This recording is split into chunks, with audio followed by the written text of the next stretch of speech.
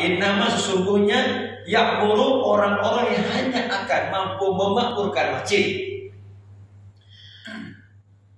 Man amana billah, mereka orang-orang yang memiliki iman kepada Allah, wal yaumil akhir, dan beriman kepada hari akhir. Hadis dan ayat ini menunjukkan kepada kita sesungguhnya orang yang datang ke masjid, yang bolak-balik ke masjid, yang membiasakan diri untuk ke masjid, untuk apa? Ya'muru, untuk memakmurkan. Kalau dalam literatur yang ada, ulama menyebutkan arti memakmurkan masjid yang pertama adalah membuat atau mendirikan masjid. Yang kedua, menjaga, merawat, membersihkan masjid. Yang ketiga, makna memakmurkan masjid adalah memakmurkan dengan banyak kegiatan. Bukan hanya untuk ibadah Allah seperti sholat 5 waktu, tapi juga memakmurkan dengan banyak kegiatan. Kalau kita membaca di dalam buku sirah fikih Sirah Nabawiyah, minimal ada 10 Nabi dan para sahabat memakmurkan masjid dengan banyak kegiatan. Ada kegiatan ubudiyah, yaitu adalah dalam rangka ibadah kepada Allah seperti sholat. Yang kedua ada memakmurkan dengan tarbiyah, yaitu tarbiyah dan taklim, wa ta'dib, yaitu ta'lim, kajian-kajian, pengajian-pengajian, kajian-kajian ilmiah. Yang berikutnya ada juga masjid digunakan untuk riyadhiyah, yaitu untuk menjaga kebugaran tubuh, kesehatan tubuh agar fit, bugar, sehat, kuat, gitu ya, dengan cara ya berolahraga dan yang lainnya. Ada juga adalah masjid di zaman para sahabat itu digunakan untuk sia-sia syariah Islamiyah, yaitu untuk pendidikan politik atau edukasi politik keislaman. Kemarin pada hari Rabu saya diundang oleh Majelis Ulama Indonesia Komisi Ukhuwah. Ternyata kumpul ada pimpinan-pimpinan ormas dan pimpinan-pimpinan ormas Islam dan OKP Islam, Organisasi Kepemudaan Islam. Ada 4 narasumber. Salah satunya adalah konsultan politik EF Saiful, betul ya? EF Saifullah Patah, ya. Beliau mengungkapkan data karena riset atau penelitian. Tema yang diusung oleh Komisi Ukhuwah Majelis Ulama Indonesia itu adalah sarana sehat dalam menyikapi tahun politik. Nah, EF Saifullah Patah menyebutkan di dalam ungkapannya ada salah satu yang diingat adalah bahwa hari ini umat Islam di Indonesia banyak terpolarisasi menjadi banyak pilihan politik, betul ya? Banyak pilihan politik, kepentingan dan yang lainnya. Bahkan ada umat Islam yang fobia dengan politik, bahkan cenderung mengharamkan politik. Nah, EF Saifullah Patah menyebutkan politik itu kalau boleh dianalogikan seperti polusi udara. Seperti apa? Polusi udara. Banyak manusia yang mengutuk polusi udara, tapi kita tidak bisa berpisah dari udara itu. Kita tetap apa? Menghirupnya. Kita mengutuk polusi udara, tapi kita membutuhkan udara. Sebagian kita mengutuk polusi udara, tapi kita tidak bisa berpisah dari udara. Kita tidak bisa menghindar dari udara. Kita membutuhkan udara. Apa maknanya kira-kira? Dari analogi ini akhirnya banyak ulama dan pimpinan ormas mulai tercerahkan gitu. Bahwasanya jika analogi politik sebagai polusi udara,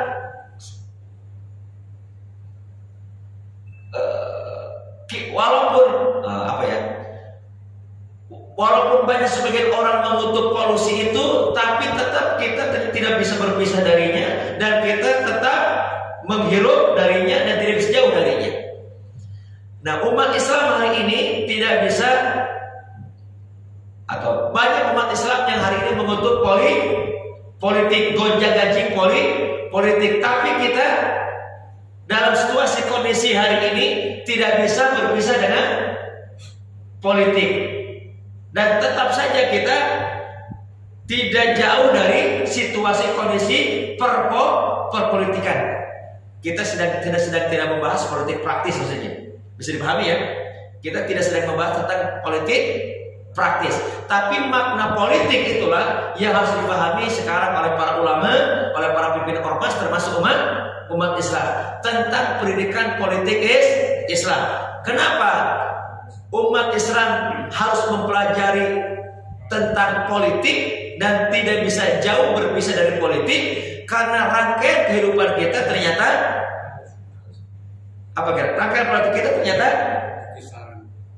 kisarannya selalu bersentuhan dengan politik. Mau di bidang bisnis, mau di bidang pendidikan, kesehatan, gitu ya, perdagangan, apalagi berhubungan dengan urusan negara. Maka untuk itu kesimpulannya kata siapa tadi?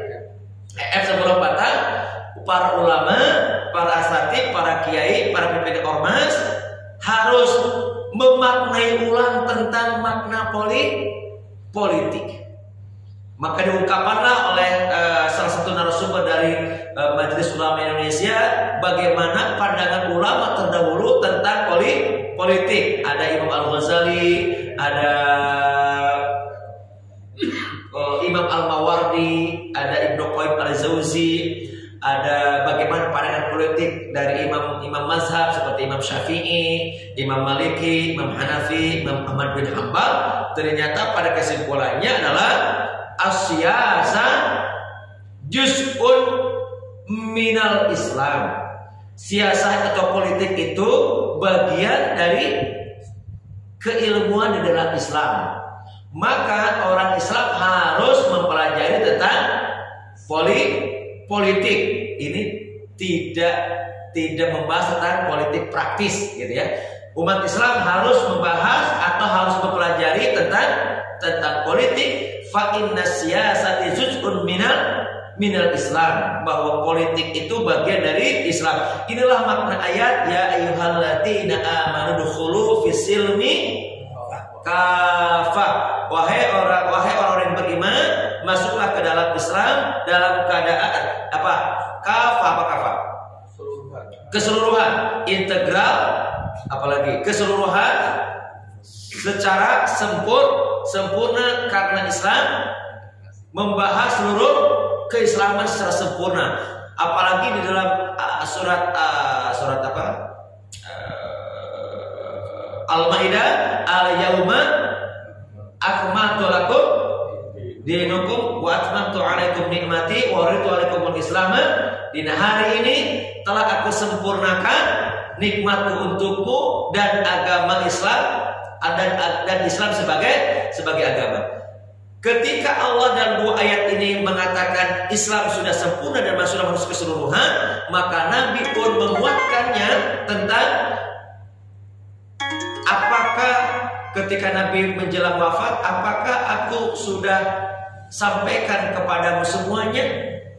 Maka para sahabat menyatakan engkau sudah sampaikan semuanya kepada Nabi. Maka kata Nabi, ma baqiya syai'un yuqarribukum ilal jannah wa yubaidukum minan nar faqad buyyina lakum. Sesungguhnya tidak tersisa sedikit pun sesuatu yang akan memasukkan engkau ke dalam surga dan menyelamatkan engkau dari neraka, faqad buyyina lakum, kecuali pasti aku sudah jelaskan semuanya, pasti aku sudah sampaikan semuanya. Berarti Islam ini sudah dijelaskan secara sempurna, secara gamblang oleh Allah dalam Quran dan dijelaskan oleh baginda yang mulia Muhammad sallallahu alaihi wasallam. Dan para ulama menyebutkan al-Islamu nizamun syamilun yatanawalu ila madhahirul hayati jami'an. Islam itu nizam. Apa nizam? aturan. Nizam apa? Aturan, pedoman, panduan. Syamilun, apa syamil?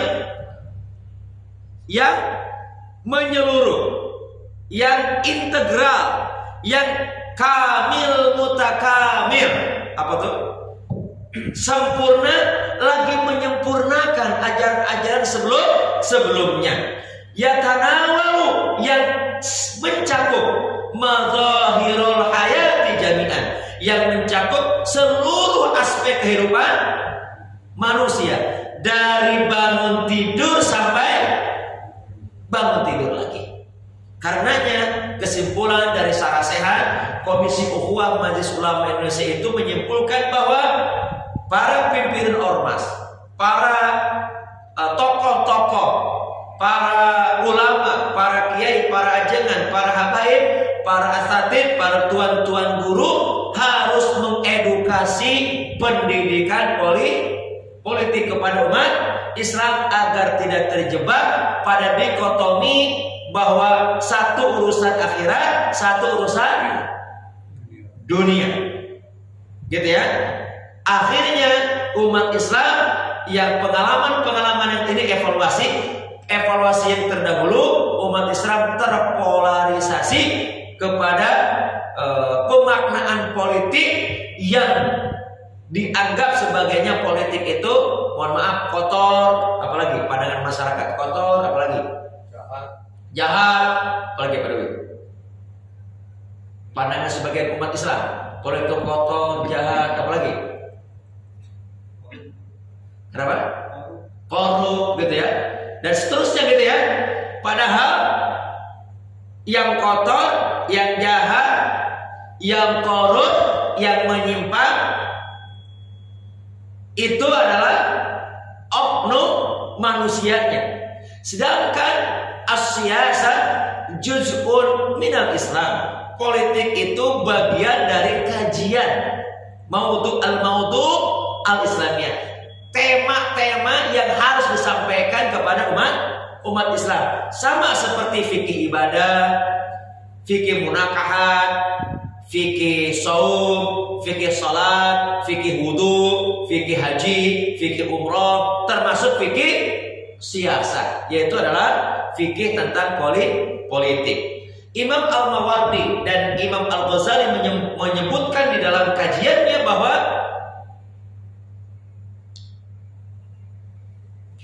ad-din was-sultan tu'ammani, bahwa agama dan negara atau agama, sultan dan pemerintahan tu'ammani. Apa tu'ammani? Masing-masing saling menjaga, saling mengamankan, saling berhubungan yang sangat erat dan kuat. Kemudian dilanjutkan bahwa negara, pemerintah akan kuat, akan kokoh apabila dilandasi dengan nilai-nilai agama. Dan agama akan kuat dan kokoh dijalankan oleh umat apabila disertai dengan kebijakan dari pemerintah, kebijakan negara. Dan ada sebagian daripada syariat Islam yang tidak bisa sempurna dikerjakan oleh umat Islam kecuali negara hadir. Kecuali pemerintah di sini harus hadir. Inilah makna ayat atiiullah wa atiiur rasul wa ulil amri minkum. Taatlah kepada Allah, taatlah kepada Rasul, dan juga kepada pemimpin di antara kalian. Karenanya Nabi menyuruh kepada kita, barang siapa yang berjalan lebih dari 2 orang, maka harus diangkat satunya menjadi pemimpin. Apalagi ada sebuah kampung sebuah desa, kelurahan, kecamatan, kabupaten kota, provinsi, dan lebih besar lagi adalah sebuah negara. Maka harus ada pemimpin. Yang pemimpin itu yang bijak, yang adil, yang fokus pada pelayanan khidmatul ummah. Karena sayyidul qaum khadimuhum. Karenanya memilih pemimpin yang baik, yang bertakwa, beriman, yang takut kepada Allah, maka wajib hukumnya. Untuk apa? Untuk mengendalikan tata kelola negara, yang paling penting untuk membangun peradaban manusia menjadi berperadaban, saling bertoleransi, saling menghargai, dan saling menghormati. Karenanya hadirin sekalian rahimakumullah, ketika ada terjadi perbedaan pendapat dalam berbagai banyak hal, maka kita harus mengembalikan kepada ahlinya. Kepada siapa? Kepada ahlinya. Agar apa kira-kira? Agar al-khuruj minal khilaf, agar keluar dari perbedaan. Agar keluar dari apa? Keluar dari perbedaan. Dan perbedaan itu sebuah keniscayaan yang tidak mungkin terhindar atau kita menghindarinya.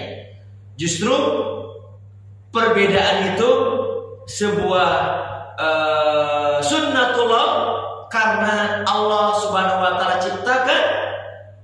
ciptaannya itu berbeda-beda. Ya kan? Ada lelaki, ada perempuan, gitu ya. Ada siang, ada malam, gitu ya. Ada orang kaya, ada orang miskin. Ada apalagi yang punya jabatan, mungkin ada yang juga tidak punya jabatan. Ini sunnatullah di dalam kehidupan manusia. Ya, kenapa ada si kaya, ada si miskin? Karena memang Allah Subhanahu wa taala ciptakan demikian. Ada laki dan perempuan karena memang Allah ciptakan demikian. Bahkan setiap banyak orang maka bisa jadi adalah tabiatnya berbeda, betul? Bahkan mungkin hormon dan kromosomnya berbeda, karakternya berbeda, kepribadiannya berbeda. Maka tugas kita adalah memahami perbedaan tersebut dengan cara ta'aruf. Inna khalaqnakum min dzakarin wa unsa wa ja'alnakum syu'uban wa qabaila lita'arafu. Apa ta'arafu? Untuk saling mengenali, untuk saling memahami. Ketika sudah kenal, ketika sudah memahami, maka kita hidup berdampingan dengan penuh toleransi, saling menghargai dan saling menghormati. Jika terjadi contohnya perbedaan pendapat tentang awal Ramadan, maka tentang keyakinan silahkan hubungan antara pribadi dengan keyakinannya dengan Allah Subhanahu wa taala, gitu ya. Nah, yang penting kita saling menghargai, saling bertoleransi, gitu ya, satu dengan yang lainnya. Silakan, ini adalah masalah keyakinan kepada kita, dan mestinya ini pun tidak terjadi nanti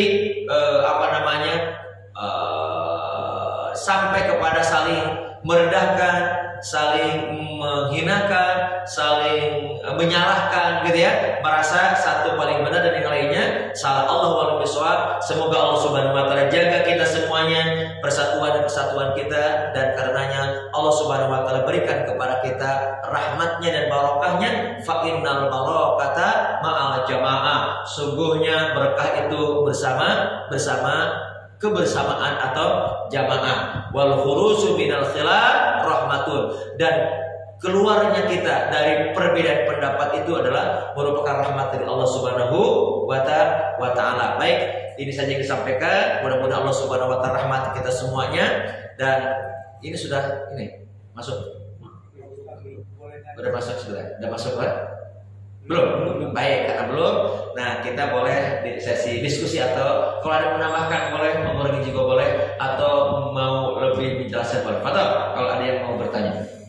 Fadhal, Ustaz. Ya. Kalau di Al-Quran ada kepemimpinan ada dua kata. Ya. Jadi ulil amri sama auliyaku. Ya. Kira-kira namanya gimana perbedaannya? Ulil amri dan Aulia di Al-Maidah 51. Ya. Baik. Wah, ini berat ya. Berat. Di dalam Quran ada pertama apa? Aulia. Yang kedua ulil amri. Ya. Uli itu nanti keluarnya juga aulia. Serumpun sekatanya ya. Serumpun, akar katanya sama. Uli nanti ada kata aulia wali gitu ya. Maka kata uli. Nah, ketika ada ulil amri, uli itu adalah yang memiliki atau yang diberikan otoritas amri untuk mengatur urusan. Di ulil amri adalah orang yang dipilih, diangkat dan diberikan otoritas untuk al-amri, untuk mengatur banyak urusan. Sering diterjemahkan apa? Pemimpin. Atau bahasa kenegaraan adalah pemerintah atau dan negara pemerintah ya, pemerintah. Jadi ulul amri adalah orang yang dipilih atau diangkat dan diberikan otoritas atau kuasa untuk mengurusi urusan. Itu ulil amri. Ini kita masuk ke bahasa dulu ya. Kalau aulia waliyun, ada kata wali artinya orang yang mewakili. Orang yang mewakili. Jadi ketika ada wali murid, orang yang diberikan kuasa mewakili murid, ya. Walaupun ada makna yang lain, ada seperti wali songo, ada waliullah, gitu ya. Orang yang diberikan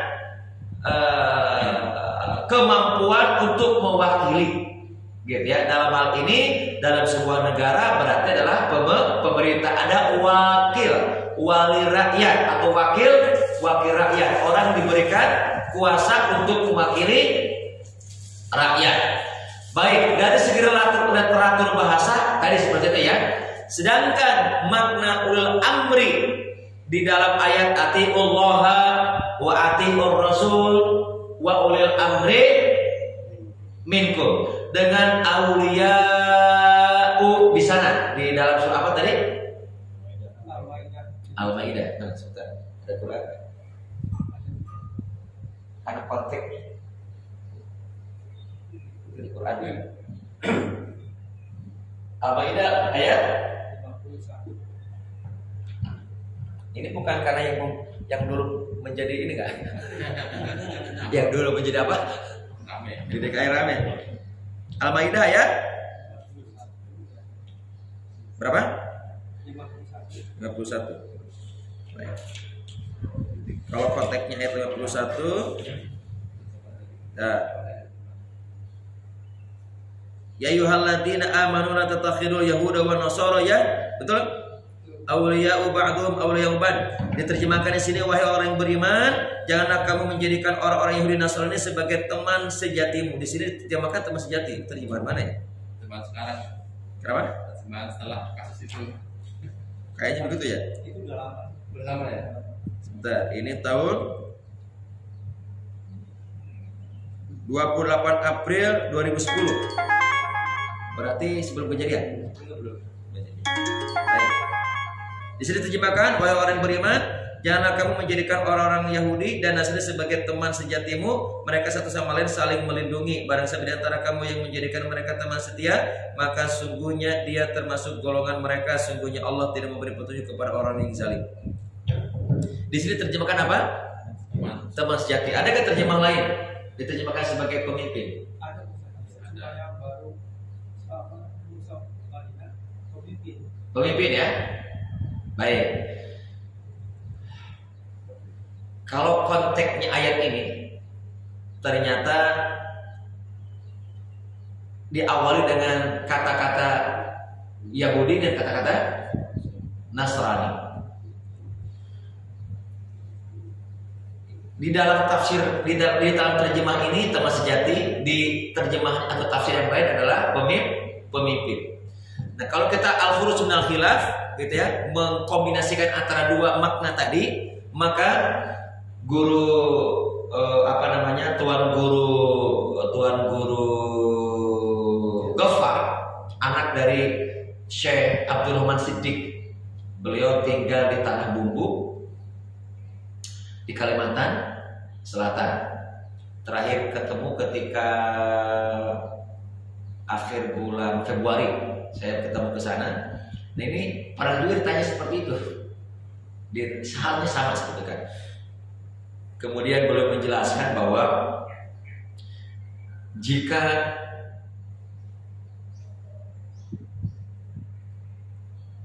dilarang menjadi teman sejati, dilarang menjadikan mereka menjadi teman setia, apalagi menjadi pemimpin. Beliau menjelaskan singkat seperti itu. Al-khulus dan hilaf sih, agar kita tidak terjebak dengan perbedaan pendapat yang berkepanjangan, yang berkelanjutan gitu ya. Maka beliau mengatakan, apabila Allah telah melarang menjadikan Yahudi Nasrani sebagai teman setia, apalagi dijadikan pemimpin. Beliau membahas cukup singkat seperti itu. Beliau tidak mau terjebak dengan apa? Polemik yang berkepanjangan, gitu ya. Selama masih ada orang beriman, selama masih ada orang baik, gitu ya, maka umat Islam mestinya gitu ya, memilih pemimpin yang muslim, yang beriman, yang baik. Kenapa? Karena kalau merujuk kepada tadi Imam Mawardi dan Imam Ghazali menyatakan fa inna din wasultan tu'ammani, sungguhnya antara agama dan pemerintah dan raja atau pemerintah atau pemimpin itu tu'ammani, mestinya saling menjaga, saling mengamankan. Namun jika pemimpinnya tidak beriman atau kurang beriman atau kurang soleh atau tidak soleh, gitu ya, maka yang dikorbankan yang mana? Sekali lagi, agama dan pemimpin mestinya saling tu'ammani, saling mengamankan, saling menjaga. Kepemimpinan atau pemerintah akan aman, kuat dan kokoh jika dilandasi dengan nilai-nilai agama. Ini kacamata agama ya. Dalam kacamata kita sebagai orang beriman, kajian fikih siasat antara din, agama dan pemerintahan itu harus saling menguatkan, saling menguatkan, saling menjaga. Pemerintahan akan sangat kokoh dan kuat, aman dilandasi dengan apa? Nilai-nilai agama. Dan agama akan kokoh kuat, berjalan berjalan dengan semestinya gitu, apabila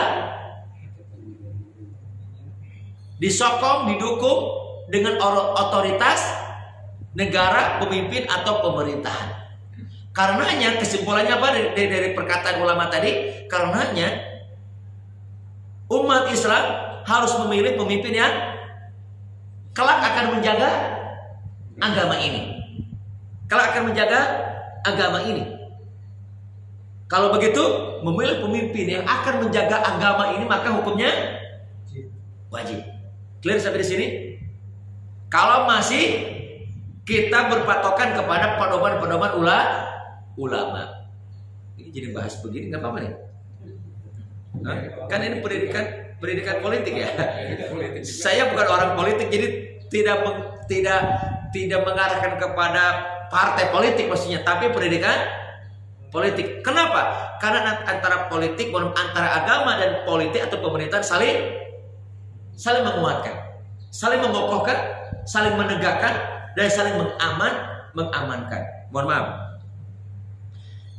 Jika pemimpin sebuah tempat atau sebuah wilayah atau sebuah negara bukan orang yang paham dengan agama, bukan orang soleh, katakanlah begitu ya, bukan orang baik, maka akan ada yang terkorbankan. Tentunya kalau dalam bahasa tadi ad-din wasultan tu'ammani, mestinya agama dan pemerintah itu saling menjaga, saling mengamankan, betul? agar satu dengan yang lainnya kokoh, kuat, tegak, ya kan? Tegak. Tetapi kalau, mohon maaf, kalau pemerintahan atau pemimpin yang kurang paham dengan agama, atau mohon maaf, tidak suka dengan agama, maka yang jadi korban yang mana? Yang jadi korban adalah agama. Yang paling korban lagi adalah masyarakat. Udah gak usah dianalogikan ke sebuah negara mana, asosiasikan seperti itu ya. Maka terjadilah banyak gonjang-ganjing di negara tersebut. Mohon maaf nih, bukan membahas mengarahkan ke yang lainnya. Karenanya kita penting memiliki ilmu tentang politik ini. Sehingga ulil amri tadi, kalau ulil amri itu adalah pemimpin yang dipilih, yang diberikan otoritas untuk mengatur urusan. Itu kalau ulil amri. Sedangkan aulia adalah awalnya, aulia itu adalah kalau kita lihat di literatur fikih, ada waliyun min auliyaillah. Dia bisa bermakna adalah kekasih, teman sejati, teman setia, gitu ya. Yang satu dengan yang lainnya saling mengasihi, saling mencintai, saling mendukung, saling mensupport, saling menjaga, saling mengamankan. Awalnya demikian, secara bahasa dulu, gitu ya. Lalu kemudian kelak teman sejati itu akan mengarahkan seseorang apakah kepada tempat yang baik atau tempat yang buruk. Teman sejati itu berarti kalau mengarahkan atau mempengaruhi atau mengajak atau merayu, maka seringkali kata pengaruh, kata mengajak, kata apa lagi? Kata pengaruh, kata mengajak, kata mengendalikan itu seringkali disebut dengan makna leadership atau kepemimpinan, gitu ya. Maka di dalam tafsir yang lainnya, auliyaun itu seringkali juga disebut apa? Pemimpin. Karena apanya? Karena pengaruhnya. Karena apa lagi? Ya, dia punya power untuk mempengaruhi si orang-orang di sekitarnya. Karenanya kata Nabi,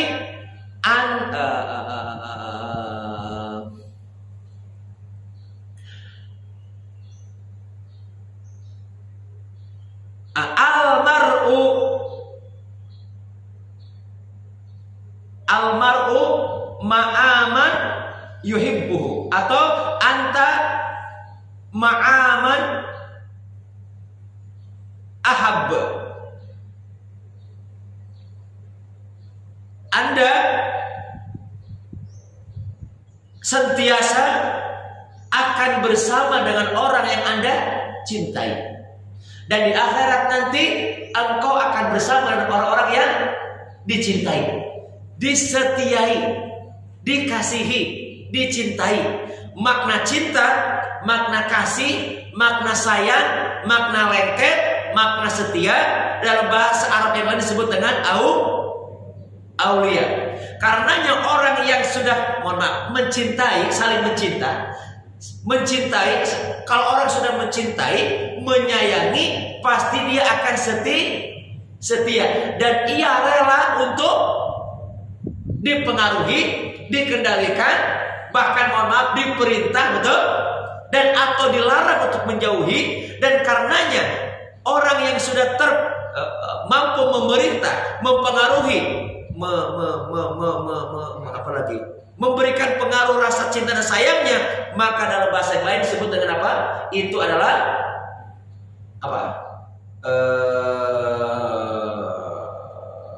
Makna lain daripada kata kepemimpinan, ru'asa atau imarah. Maka sebagian tafsir menyebutkan aulia itu disebut dengan apa? Disebut dengan pemimpin. Dari awal, dari akar kata dari apa tadi? Dari orang yang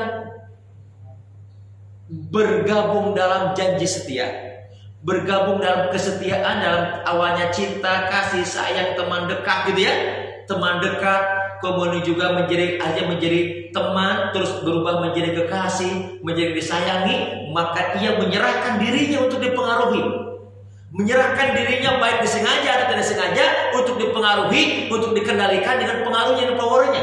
Itulah makna daripada kepemimpinan. Maka tidak salah kalau diartikan apa tadi? Aulia sebagai pemimpin. Awalnya apa tadinya? Awal katanya? Tadi aulia apa awal katanya? Orang yang sangat dekat, orang yang sangat setia. Karena apa? Karena rasa hormat, sayang, cinta.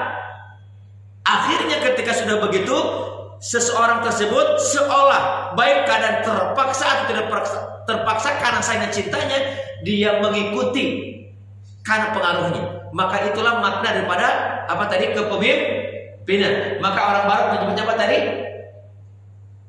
Pemimpin itu adalah leadership is influence, betul ya? Pemimpin adalah pengaruh, gitu ya. Tapi kalau disebut pemimpin sejati itu yang tadi atiullah wa atiur rasul wa ulil amri. Ulil amri adalah orang yang memiliki kuasa, otoritas untuk mengatur urusan. Seringkali disebut pemimpin juga. Allah a'lam bishawab.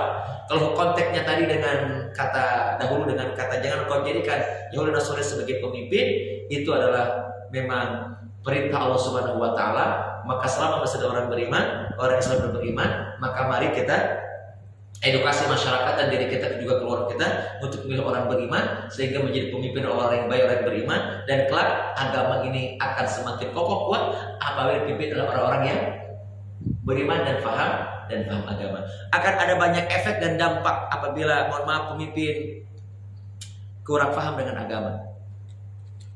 Ya, mau contohnya sekarang ke yang dulu juga sama saja. Yang dulu contoh mohon maaf menjelang 1924, tepatnya April 1923, ketika pemimpin Turki ya kan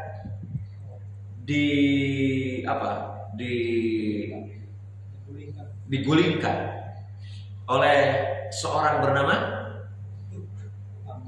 Kemal, namanya Kemal Atatürk itu ini apa namanya? Ya kalau sekarang apa ya Atatürk? Ya gelar inilah gitu ya, gelar apa? Gelar ya dari masyarakat atau dari pemerintah yang lainnya. Namanya siapa namanya? Mustafa Kemal.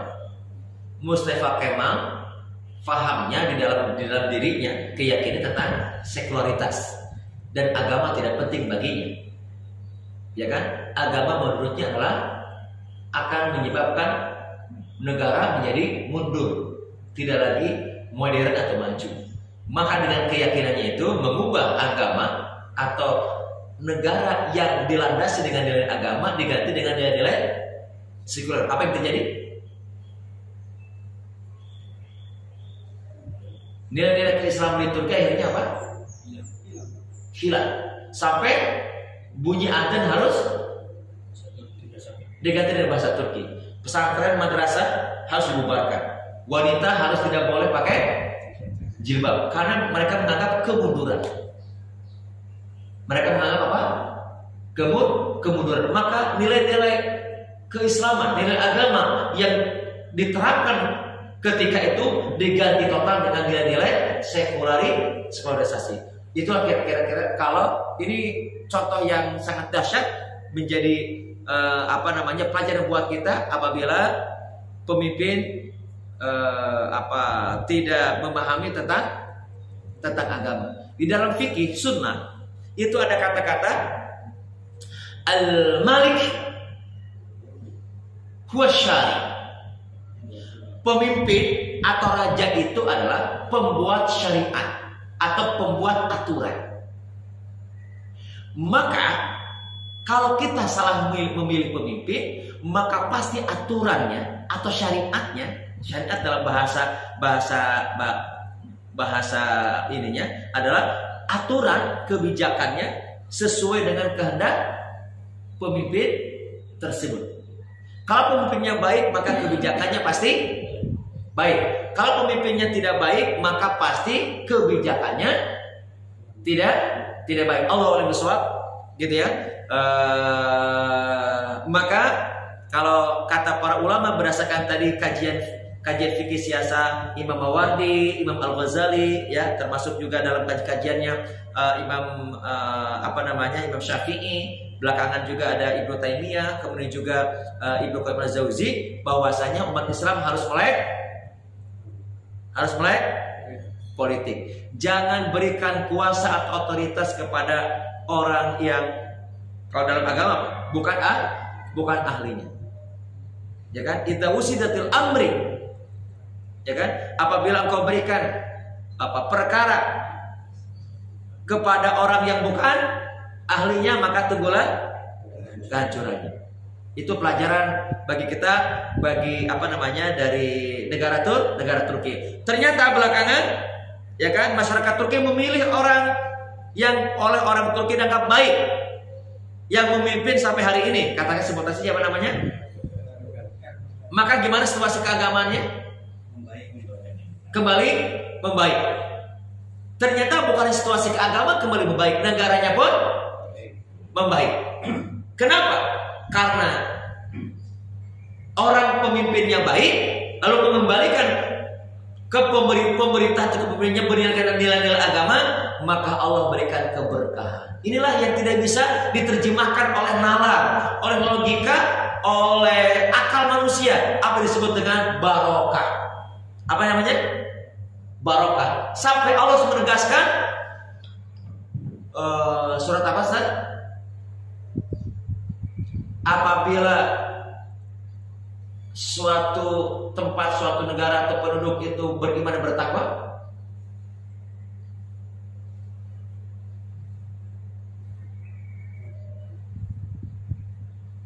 apabila penduduk itu beriman dan bertakwa, maka Allah bukakan pintu kebenaran langit dan bumi.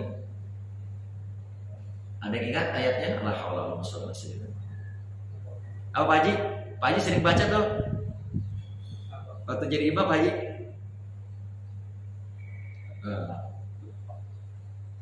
Apabila penduduk suatu negeri, suatu bangsa itu beriman dan bertakwa, maka Allah akan buka keberkahan langit dan dari bumi. Ayo ingetin dong. La haula. Apa? Ingat kan? Apa Pak Dwi?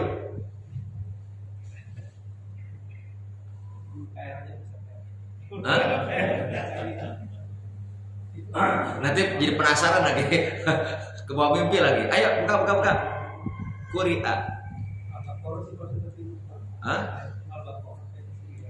Ayo yang bawa handphone Pak siapa? Di searching. Hah?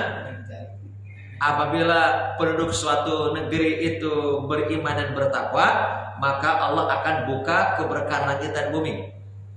Futihat abwab sama, futihat abwab al-barakah minas sama wal ard. Awalnya apa ya? Walau anna ahlal qura. Pak Haji, ini ayat favorit Pak Haji nih, sering dibaca sama Pak Haji. Walau anna ahlal qura amanu wattaqau la fatahna alaihim barakatin minas sama wal ard. Apabila penduduk suatu negeri, suatu bangsa itu beriman dan bertakwa kepada Allah, maka Allah akan buka pintu keberkahan langit dan pintu keberkahan bumi. Ini tidak akan masuk logika, apalagi yang sudah mencemooh, menghinakan agama. Ada nilai keberkahan apabila hidup kita dilandasi dengan nilai-nilai agama, nilai-nilai keislaman kita. Yang keislaman itu akan membentuk perilaku sehingga perilaku itu menjadi ketakwaan yang berdasarkan iman. Mudah-mudahan kelak bangsa kita Allah pilihkan pemimpin yang baik, pemimpin yang soleh, yang paham dengan agamanya dan menjaga agamanya, dan kelak Allah akan buka pintu kebaikan langitan dan bumi. Insya Allah. Ketika kita melihat pelajaran dari Turki, ternyata Turki itu sebelum dipimpin oleh siapa? Yang sekarang itu Erdogan, itu hutannya sangat melejit, betul ya? Negara yang sangat kotor, kumuh, jorok, begitu kira-kira ya? Kalau lihat gambarannya gitu ya, lihat gambaran dan cerita-cerita dari teman-teman kita yang ada di mana di Turki itu, kotor, jorok, apalagi?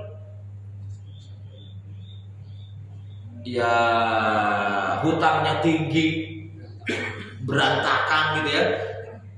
Lalu lintasnya nggak beraturan, rumah sakitnya kotor, jorok, sekolah-sekolah luar biasa. Mabuk-mabuk di mana-mana gitu ya. Mohon maaf ya, prostitusi di mana-mana, perjudian di mana-mana, permusuhan di mana-mana, kriminalitas tinggi gitu ya, korupsi, wah merajalela seperti itu. Nah, ternyata ketika tepat memilih pemimpin yang paham agama dan 2 periode menjadi pemimpin, ini dalam kalau kita lihat baca literaturnya, Erdogan meminta istri dan anak-anaknya tidak tinggal di rumah dinas dan tidak mengambil gaji menjadi pemimpinnya. Semua diserahkan kepada negara. Baru di periode ketiga kalau nggak salah, keluarganya baru dibolehkan untuk menginjakkan kakinya di mana? Di istana. Itu sangat luar biasa. Mudah-mudahan Allah pilihkan pemimpin di negeri-negeri Muslim dimanapun berada, termasuk Indonesia, negeri pemimpin yang paham dengan agamanya, pemimpin yang paham dengan situasi kondisi kemasyarakatannya, dekat dengan para ulama, ya kan? Pemimpin yang datang kepada ulama, bukan ulama yang datang kepada pemimpin, sehingga saling bersinergi antara ulil amri dan juga antara ulama, zu'ama dan juga pemimpin. Kok jadi panjang begini Ustaz Usman? Kita lihat dari segi bahasa saja tadi ya. Semoga tidak keluar dari konteksnya. Silakan. Tadi ayatnya itu di surat Al-A'raf ayat 96. Al-A'raf ayat 96 yang kita baca tadi ya. Yang tadi Al-A'raf ayat 96. Sekolah. Jadi kadang kalau lagi ini, lupa lagi apa. Ada lagi? Ada yang mau nambahkan juga boleh? Ada atas pertanyaan Pak Subhan? Ada lagi? Pak Dwi? Boleh juga Pak Dwi? Boleh menambahkan? Pak Wahid atau Pak siapa? Sebenarnya adalah kaitannya sama. Boleh, silakan. Itu adalah imaman. Kenapa? Imaman. Itu kan seperti dijelaskan kata imaman itu kaitan antara 3 kata yang ditulis sebagai makna umumnya itu ada 3. Imaman itu bagaimana? Ya. Saya suka mengawali dengan bahasa, karena agar tidak terlalu jurang pemisahnya atau maknanya tidak terlalu jauh gitu ya. Saya suka kenapa? Karena kalau di fikih itu ternyata setiap pembahasan itu diawali dengan lughatan, wastilahan, atau bahasa kitanya etimologi baru terminologi. Etimologi apa itu? Pendekatan bahasa dulu, agar kita makna atau definisi terminologi tidak terlalu menyimpang jauh gitu ya. Tadi kalau ulil amri sudah ya, aulia sudah, sekarang imamah. Imamah terambil dari kata amama. Amama, bahasa Arabnya amama itu di depan. Amama, kan ada amama di depan, fauqa di atas, tahta di bawah, waro di belakang, janib samping kiri, atas samping kanan. Atas bisa fauqa, bisa ala. Atas. Kalau fauqa itu ada jarak dengan yang katakanlah ini Al-Qur'an, mohon ini mushaf, kemudian di atas meja. Kalau nempel begini dan menggunakan kata ala. Kalau ada jarak fauqa gitu ya. Sama-sama di atas, tapi perbedaannya demikian. Itu secara bahasa. Nah, amama Itu artinya di depan. Sesuatu di depan adalah amama. Lalu lahirlah kata di sana adalah imama. Imama artinya orang yang ditunjuk, dipilih untuk di depan mengendalikan orang yang di belakang. Maka orang yang dikendalikan di belakang disebut dengan makmum. Satu kata sebenarnya. Rumputnya satu rumput, satu akar kata yang sama. Imama orang yang di depan, gitu ya. Makmum orang yang di belakang. Imama orang yang memimpin di depan, berarti makmum adalah orang yang dipimpin. Gitu ya. Nah, ini secara bahasa. Berarti kalau mau lebih definitif adalah memang dalam konteks bahasa pemimpin itu adalah imam. Dalam konteks bahasa Arab. Apa pemimpin nanti? Imam. Tapi juga ada disebut dengan ru'asa. Dari kata ri'asa, dari kata ro'is atau ro'sun, artinya kepala secara bahasa. Ro'sun artinya apa? Kepala. Ro'is artinya apa? Artinya ro'sun artinya apa tadi? Kepala. Ro'is sering disebut dengan orang yang mengepalai. Apa itu maksudnya orang yang mengepalai? Ya, orang yang mengepalai ya, yang punya anak buah. Anak buahnya apa? Tangan, kaki, gitu ya. Nah, ro'isnya, jadi sering disebut adalah ru'asa, jama dari ro'isun, ri'asah, kepemimpinan ri'asah. Ro'is adalah pemimpin, ru'asa adalah pemimpin-pemimpin. Dari kata apa katanya? Ro'sun. Apa ro'sun? Kepala. Maka pemimpin kadang juga kalau di pesantren disebut dengan ro'is. Sebut kenapa? Dari asal katanya ro'sun, kepala. Sering disebut kepala bidang, kepala bagian, ya kan? Atau disebut dengan ketua umum. Itu namanya ro'isul ammah atau ro'isul am. Nah, saya di NU disebut ro'is Suriah. Apa tuh? Berarti ketua, kepala Suriah. Gitu. Itu dalam bahasa Arab, Pak Subhan, ternyata banyak arti ini, banyak makna apa? Pemimpin atau kepala atau ketua. Apa tadi yang pertama dalam Quran? Apa tadi yang pertama? Ulil amri. Ada juga adalah aulia. Sebenarnya aulia itu jamak dari wali. Aulia jamak, wali tunggal atau mufrad. Kemudian juga apa tadi? Imam, imamah dari kata amama. Kemudian ada juga tadi sebutan apa? Rois. Rois apa arti rois? Kepala. Yang mengepalai maksudnya. Gitu ya.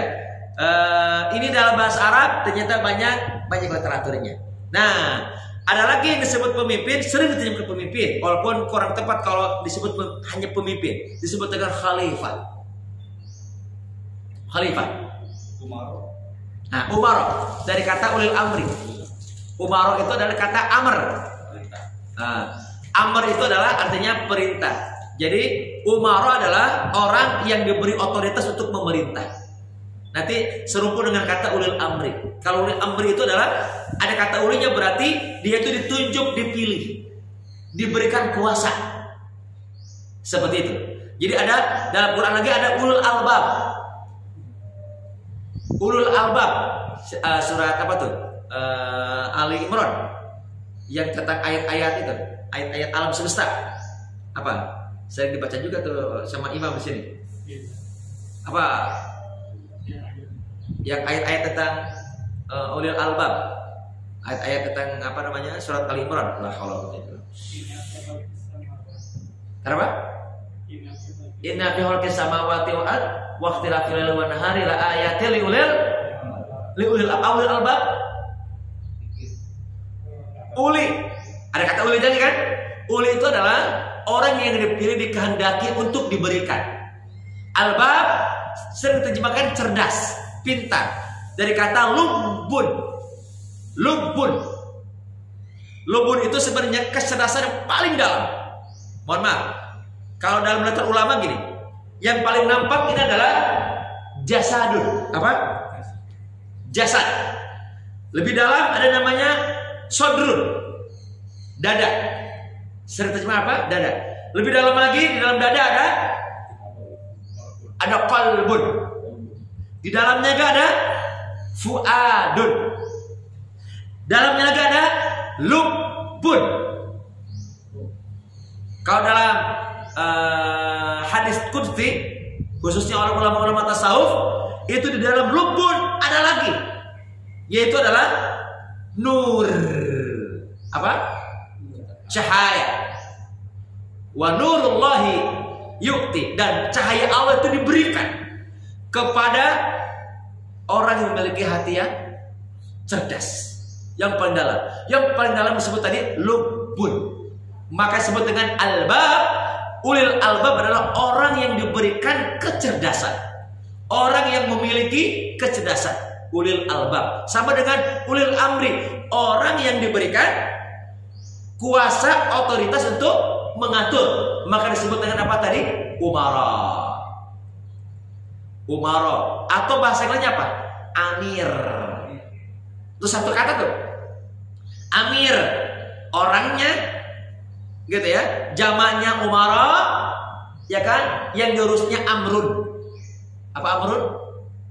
Urusan-urusan perkara-perkara yang diurusnya, gitu ya. Ada tadi apa sih? Khalifah. Khalifah sering terjemahkan apa? Pemimpin juga kan? Betul ya?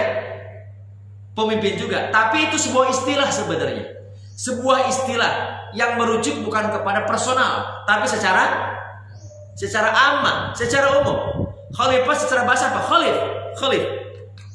Ini apa nih? Punggung. Apa? Punggung. Atau sesuatu yang datang di belakang, yang mengikuti. Khalifah. Maka saya sering sebut khalifah itu adalah makna sebuah peran yang harus diperankan oleh manusia. Khalifah kalau saya terjemahkan adalah satu dari 4 misi yang harus dituntaskan oleh manusia. Selain misi yang lainnya, itu mudah-mudahan lain waktu kita pelajari 4 misi. Salah satu misi yang harus diemban, dituntaskan oleh manusia adalah misi khalifah. Dan kesibukan yang paling baik adalah kesibukan dalam rangka menuntaskan misi yang Allah telah tetapkan. Kita sering mendengar kata visi dan misi. Apa tim visi dan misi? Apa visi? Di kantor kita sering ada visi misi. Seringkali visi adalah apa Pak Wahid? Visi apa visi? Seringkali kita melihat kata visi itu visi pandangan lebih jauh. Pandangan lebih jauh. Kalau misi lebih dekat. Tujuan ya. Baik. Itu dalam kacamata literatur manajemen modern. Nah, kalau kita lihat literatur agama, ya kan, visi itu selalu datang dari bawah ke atas, dari bumi ke langit. Visi itu datang dari manusia kepada Allah. Visi melangitkan kehendak bumi atau kehendak manusia untuk diwujudkan sama Allah Subhanahu wa Ta'ala. Sedangkan misi sebaliknya, datang dari atas ke bawah, dari langit ke bumi. Misi adalah kehendak Allah untuk dijalankan, dituntaskan oleh manusia. Maka visi adalah cita-cita tertinggi manusia, sedangkan misi adalah kehendak Allah untuk dituntaskan oleh manusia. Apabila kita ingin mewujudkan visi, maka tuntaskan misi. Mana mungkin visi diwujudkan kalau misinya tidak dituntaskan, tidak dikerjakan. Nah, 15 tahun otak-atik ya dalam literatur manajemen modern gitu ya. Apa misi berhubungan dengan Quran dan hadis dan tafsirnya. Maka Al-Fakir Al-Mu'arraf menuliskan dalam buku Kantorku Surgaku, dalam Wonderful Work, itu adalah ada 4 misi, salah satunya khalifah. Ternyata khalifah adalah nama sebutan lain dari peran manusia. Dari 4 peran yang ditumbuhkan. Dalam Quran, makna khalifah itu ada 2. Yang pertama adalah imarah. Imaratul ard atau takmirul ardi. Yang kedua baru imamah. Tapi secara definitif imamah dalam Quran dalam makna khalifah adalah tamkin. Tamkin. Apa tamkin? Tamkin itu menguasai atau kekuasaan.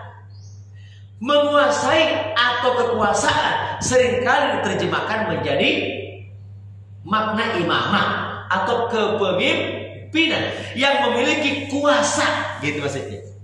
Maka seringkali khalifah disebut dengan artinya pemimpin atau kepemimpinan. Padahal dalam Quran makna khalifah itu dua. Paling utama adalah takmirul ardi atau imarah. Apa imarah? Mengurusi, memakmurkan bumi. Dengan cara apa? Bekerja. Dengan cara apa? Kalau bahasa sekarang kerja. Itu makna peran khalifah. Memakmurkan, menjaga, merawat, mendayagunakan, memanfaatkan, mengeksplorasi, tapi juga menjaga kelestarian dan keseimbangan semesta atau alam semesta. Berarti kata kunci dari khalifah adalah bekerja. Maka peran khalifah di kantor adalah kerja. Peran khalifah di kampus kalau ada sebagai dosen, ada sebagai mahasiswa. Kalau di kantor sebagai pegawai, sebagai karyawan itu buruh. Itu peran apa? Peran khalifah. Makna dalam kacamata Islam bekerja disebut dengan ibadah. Karena sedang menjalankan peran khalifah. Peran apa? Khalifah. Jika bekerja sedang menjaga peran khalifah, maka mestinya bekerja dengan penuh integritas, profesionalitas, dan juga bekerja dengan penuh kejujuran tanpa ada dusta di antara kita. Maka akan terhindar dari mentalitas koruptif, manipulatif, dan juga hal-hal yang negatif lainnya. Kenapa? Karena aku sedang menjalankan peran khalifah. Gitu ya. Untuk memakmurkan bumi. Yang kedua khalifah itu adalah imam. Apa imamah tadi? Peran fungsi kepemimpinan untuk memimpin manusia agar taat ibadah kepada Allah, menyembah hanya kepada Allah, dan agar manusia keluar minaz zulumati ila nur, dari kegelapan menuju cahaya. Demikian makna kepemimpinan di dalam agama kita. Jadi ternyata Pak Subhan banyak lagi sebenarnya. Ada kata ulil amri, ada kata apa tadi? Aulia atau kata waliyun. Karena aulia namanya jamak dari kata waliyun. Kemudian tadi apa? Imamah, nomor 3. Apalagi? Ru'asa atau rois, gitu ya. Atau tadi apa? Khalifah. Ya, dari orang yang datang kemudian atau menggantikan pemimpin sebelumnya. Khalifah. Walaupun makna khalifah tadi saya sudah terangkan. Semoga ada kebaikannya. Dan semoga Allah lepaskan kita dari kesalahan kita karena ketidaktahuan, dan Allah maafkan kita ketika sudah tahu belum mengamalkan. Allahu a'lam bishawab. Semoga kita semua dirahmati Allah Subhanahu wa taala. Yang sudah berpuasa hari ini selamat menjalankan ibadah puasa, dan yang puasanya hari esok, dan selamat juga menjalankan ibadah puasa sesuai dengan keyakinan dan juga sesuai dengan keilmuannya, dan kita saling bertoleransi, saling menghargai. Semoga amal ibadah kita sudah diterima Allah Subhanahu wa ta'ala. Allahumma taqabbal minna siyamana wa salatana wa qiyamana wa ruku'ana wa sujudana wa du'ana wa tasbihana wa tahlilana wa tahmidana wa tilawatina wa zakatina wa anfaqana wa sadaqatana wa jami'a amal sholihatina ya Allah ya rabbal alamin. Allahumma ayyul ramadan bil yumni wal iman wa salamati wal islami wat taufiq ya rabbuna rabbi wa rabbuna Allah. Allahumma sallinni wa sallimni ramadan bil yumni wal iman wa salamati wal islami wat taufiq wa rabbi wa rabbuna Allah. Allahumma barik lana fi ramadan hadha ya Allah. Allahumma barik lana fi rajab ramadan hadha ya Allah. Allahumma barik lana fi ramadan hadha ya Allah. Allahumma ya Allah anta maulana. Allahumma alif baina qulubina bil islam. Allahumma alif baina qulubina bil ukhuwah.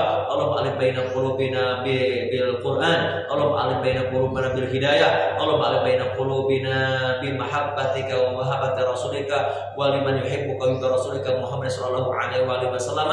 Allahumma alif baina qulubina bil iman pertengahan. Allahumma alif baina qulubina bil mahabbatika wa mahabbati rasulika wa mahabbati wa mahabbati liman yuhibbuka wa yuhibbu rasulika Muhammad sallallahu alaihi wa alihi wasallam. Rabbana atina fid dunya hasanah wa fil akhirati hasanah wa qina adzabannar. Subhana rabbika rabbil izzati amma yasifun. Alhamdulillahirabbil alamin. Tutup dengan subhanakallahumma wa bihamdika asyhadu an la ilaha illa anta astaghfiruka wa atubu ilaik. Assalamualaikum warahmatullahi wabarakatuh. Sudah masuk? Isra? Sudah lewat? Tetap kita sholat 2 rakaat. Mengawali. Isra itu adalah sholat awal.